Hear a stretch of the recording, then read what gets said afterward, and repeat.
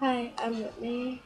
Um, and I was talking to one of my friends, and they suggested that I get my story out there, so I thought I might as well do this. Even if no one looks at it, even if no one cares, I just to let it out sometime. So I'm known as Whitney, the outgoing, really funny, happy, always smiling, bubbly person.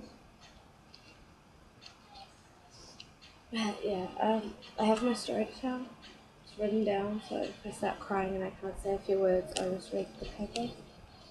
I just say what I've written. I'll try to read it all without crying, without not being able to say the words. But yeah, there we go. Most of you won't believe this, but it's 100% true. I'm known as a strong, happy person with a bubbly attitude. To be completely honest, I'm not.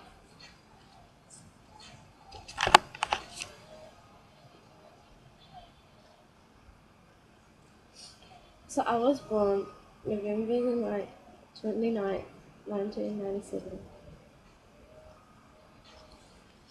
I had a mother and a father then, but that was all going to change.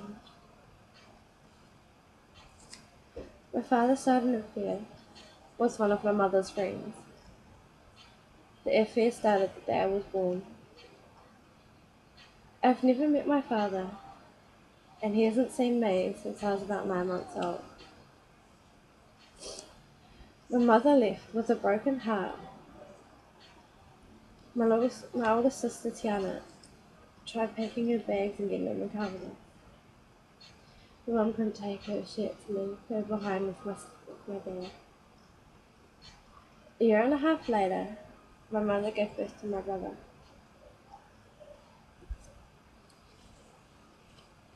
His father never stuck around, so my mother was left alone with my little brother and me. My mother stayed strong for me and my brother, and with the help of my grandparents, we were fine. When I was 7 and it was my brother's 5th birthday, both my brother and I met our horror. We met him, Mum's new true love. He was amazing, he was kind, and my mother was going to end up marrying him. From that day forward, I was facing my worst nightmare. I was abused physically and mentally. I would go to school to be bullied day in, day out. I was called fat, told I was worthless, and called ugly. I was tired I should just go die. Trust me, I wanted to. Although I had friends, I never truly felt like I was there in their eyes. Like, I never truly felt I was wanted. I never truly saw the point in me living. I would go home and be bet for speaking wrong, or for looking at him wrong, or for even stacking the dishwasher wrong. It seemed to me living and breathing was wrong, for me at least. Am I really that worthless? That I wasn't even wanted by my own stepdad? Am I really that worthless? That everything I did was wrong, everything I said was wrong? At the age of 12 or 13, he started sexually abusing me. He would fill me up, and he wouldn't stop until he was satisfied. If I tried getting away, he would sit on top of me. And if that wasn't enough, he would undo my bra because he found it funny. One night while I was asleep, my stepdad came into my room. I woke to him leaning over me. Horrified and petrified, I lay there quietly, trying my hardest to fake sleep, so I wouldn't get another hiding.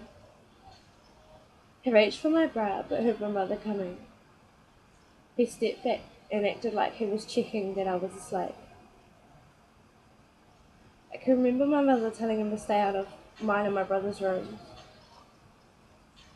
I took hidings from my own stepdad for over 7 years, and I had to help my brother out with dealing with all this pain. I was bullied at home whilst being bullied at school for my appearance. I had my bruising and scars for over 7 years. I had all my pain and sorrow to keep my mother happy, to make sure she was the villain she loved. Last year, my mother and stepdad had a massive fight.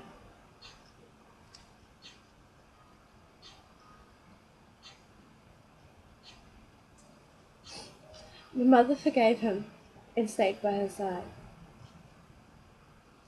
Last year, I was supposed to move to Australia.